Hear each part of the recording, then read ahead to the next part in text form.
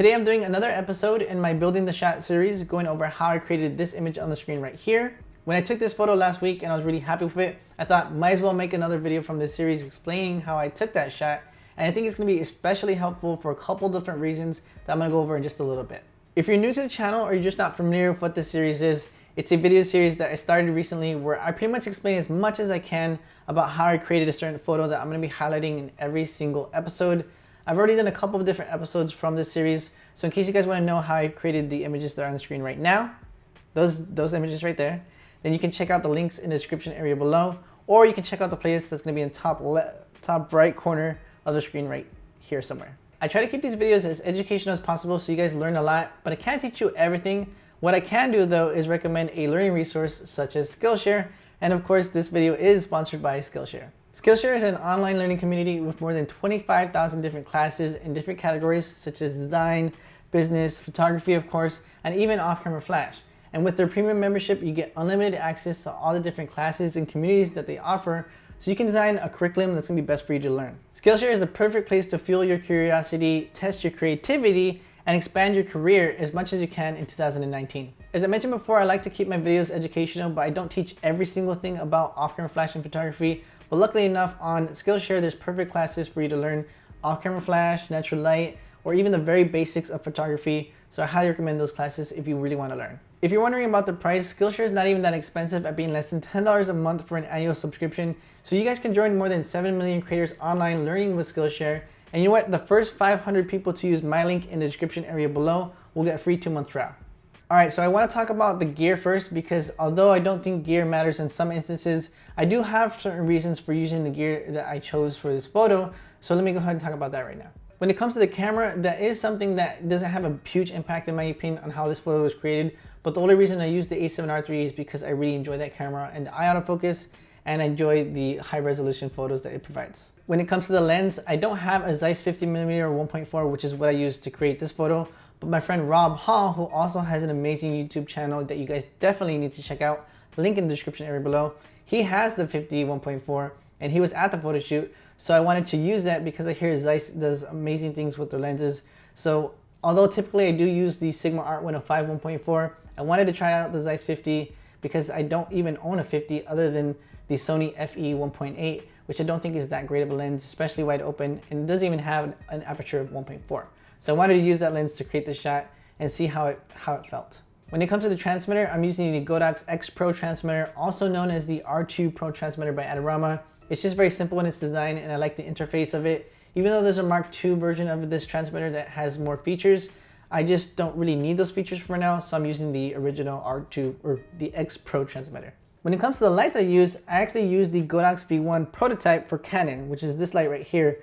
So there are going to be some changes in the final design, such as that light right there, that lamp right there is not going to be in there, but all the things that are going to be removed or changed aren't things that can apply to how I took this photo. So I just wanted to mention that in case anybody was curious.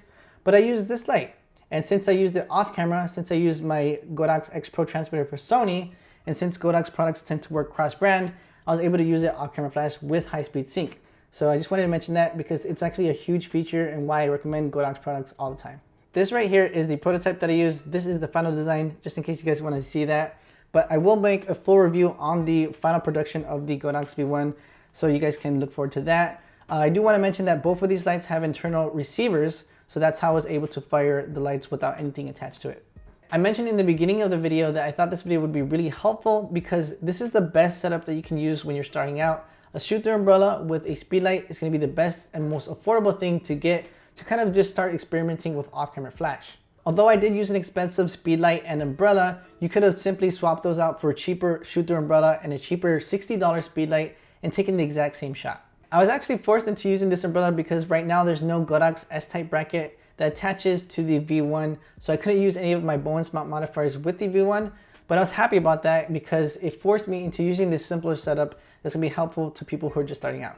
I attached the GODOX V1 and the umbrella together using this umbrella mount right here. GODOX V1 went on top, shoot-through umbrella went through there, and you just tighten it. And I put that setup on top of the PhotoFlex Light Reach Plus, which is this right here. You can call it a boom monopod pole or something. I only use this whenever I'm not traveling. I only use it when I shoot locally because of just how non-travel friendly it is. I use a monopod whenever I travel, but since I wasn't traveling for this photo shoot, I use this. And Ashley, my girlfriend, loves using this because it's very simple to use and it's very comfortable as well. And it extends pretty long, I think about more than 10 feet.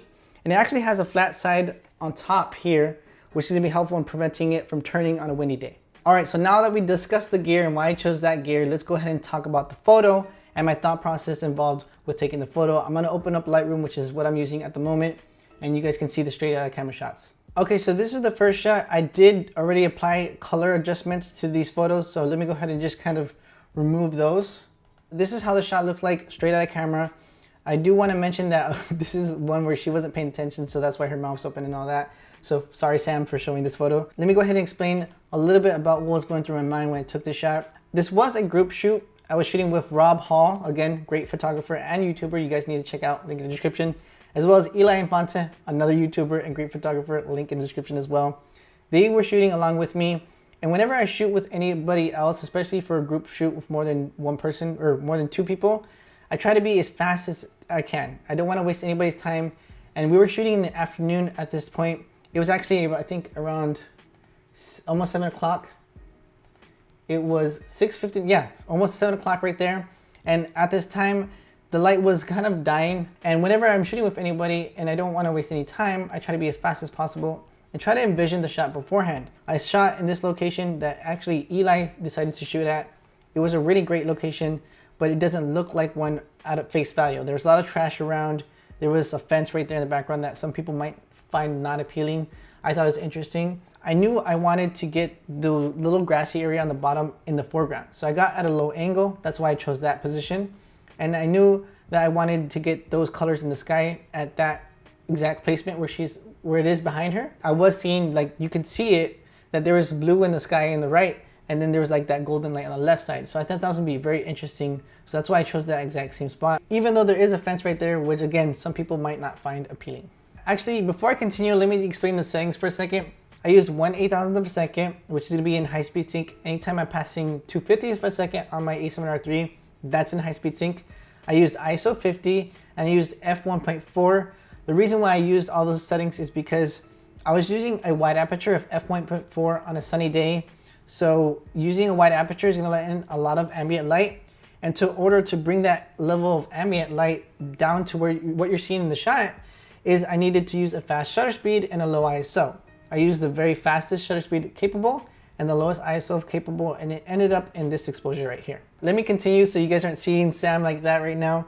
Let me go to the next shot right here. Well, actually, before I continue, I want to mention that from the time that I took that very first shot to the very last shot, the last behind the scenes shot, it's actually only 2 minutes.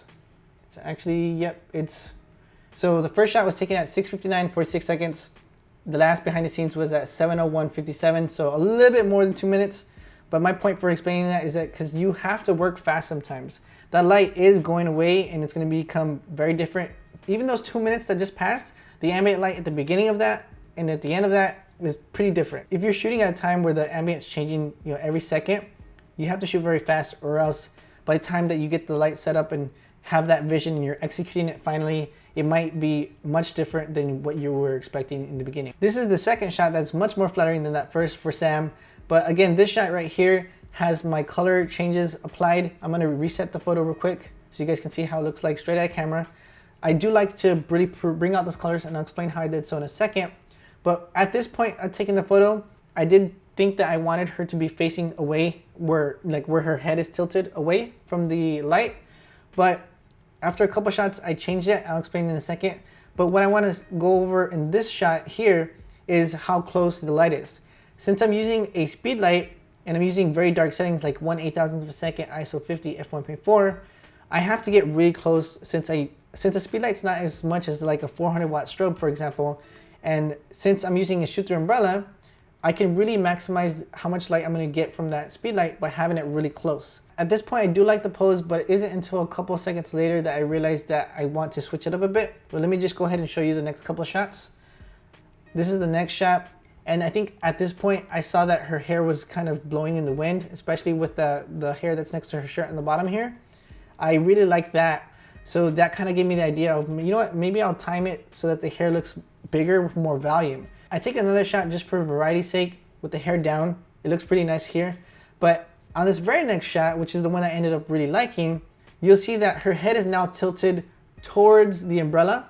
Since she tilted her head towards the umbrella, more light registered onto her face because it's closer. That's just the way that the inverse square law works. If it's closer to you, then it'll show up more. If it's further away, then it won't show up as much as if it were closer. So when she tilted her head towards the light, more light registered onto her face. And actually, I just got lucky with how the wind blew her hair. I actually like how the hair is blowing over her face and how much volume is showing in her hair. But let me go ahead and show you the next couple of shots. The hair is much different, but at that point that I took that last shot, I was happy with that, but I wanted to see how it would look like and if I would end up with a shot that I liked much better. So let me go ahead and just show you the next couple of shots. But yeah, one thing I do want to state is, again, how close the light is. So you can see that in this next shot here, how much light's registering on her face. And this next shot that I took is one that I took because in order to remove that umbrella from the shot, I need to take another photo without that umbrella there so that I can replace the umbrella with that sky portion of that next shot. So I took a shot really quickly when my friend Eli moved away the umbrella, which is what you're seeing here. So you guys can see though that the light did fire and it still showed up on her face, but at a much less intensity. So you guys can see that going on in this shot. And in this next photo, you'll see that I brought it closer to her. I was thinking that I wanted to take more shots with that little bit of greenery showing up in the shot right there in the top left. But I also just decided not to do that. I was happy with that shot that I took earlier. So that's why I ended up just taking a couple more shots in the couple of seconds that I was given, and then ended up just taking some behind the scenes shots, which is what you're gonna see right now. There's Eli again on the right. Again, he has a great channel you guys need to check out. And there's the model Sam just having fun. You guys can, this is a good example to see exactly how much more light registers onto her face when it's right there next to her face. This one was just for fun though. This is not something that I would take with it that close, especially because the umbrella's on her, it's blocking her. So yeah, there's another shot with it really close, but I didn't want those shots. I wanted an actual BTS. So there's one where she's moving away from it. And then this is the BTS that I was happy with right here. I want you guys to really focus on the light that's showing up in this shot right here, as opposed to the very next shot that's at the exact same distance right there. The reason why you're seeing a big difference in intensity of light on her is because I adjusted the exposure on her selectively. And I want you guys to really focus on that, because there's a lot of times where you might take the shot and see that it doesn't look like it's hitting her enough.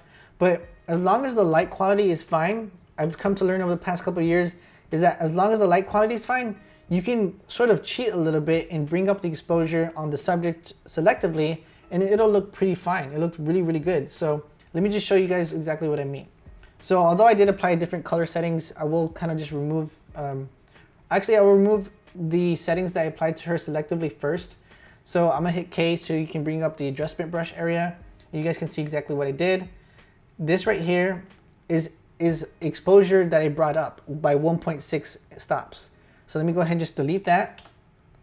You guys can see it's a huge difference. Again, I use this whenever I think that the light quality is fine and I might not have enough power output from what I was using. Like for example, in this case, it was a speed light. So let me just take that back on. Actually, you know what? I'll take it back off. But again, this is good for you guys to see exactly what I did. I'll take that off. And I actually added more exposure to her on the legs. Let me show you guys exactly what was going on. Or leg and elbow there. So let me just delete that. So you guys can see I added exposure to her selectively in this area right here. And then with this area right there. So it's a big difference.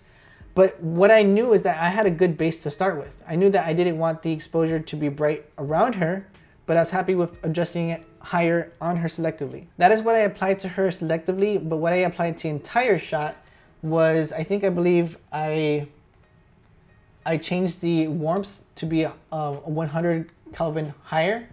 Yeah, it's at 5800, it was at 5700.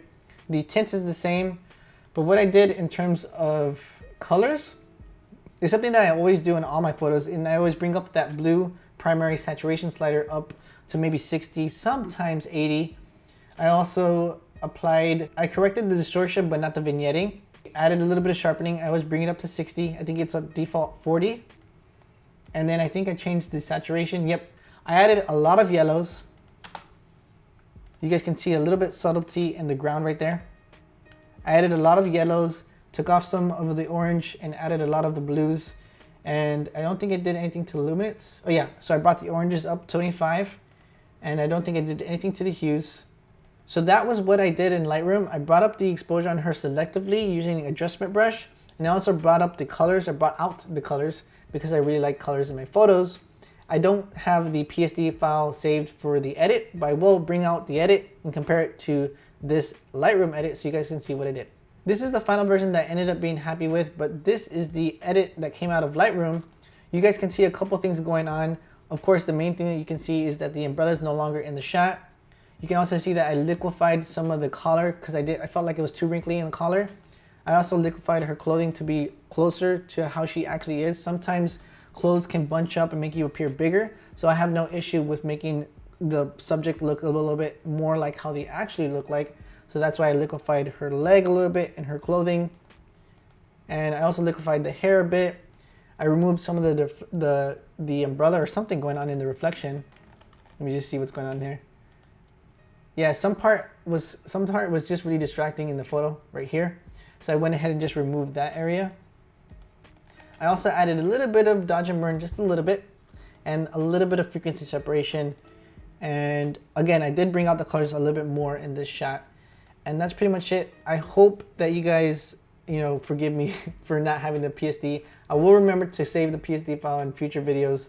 But that's pretty much it for this video. Hope you guys enjoyed this video, and if you did, don't forget to give it a like and subscribe if you're not already subscribed. And if you want to see other things that I didn't go over in future videos, in future behind the scenes or building the shot videos, let me know what I can do to improve those, because I do want to explain as much as I can in these videos. But yeah, that's pretty much it. Hope you guys enjoyed it, and I'll see you in the next one.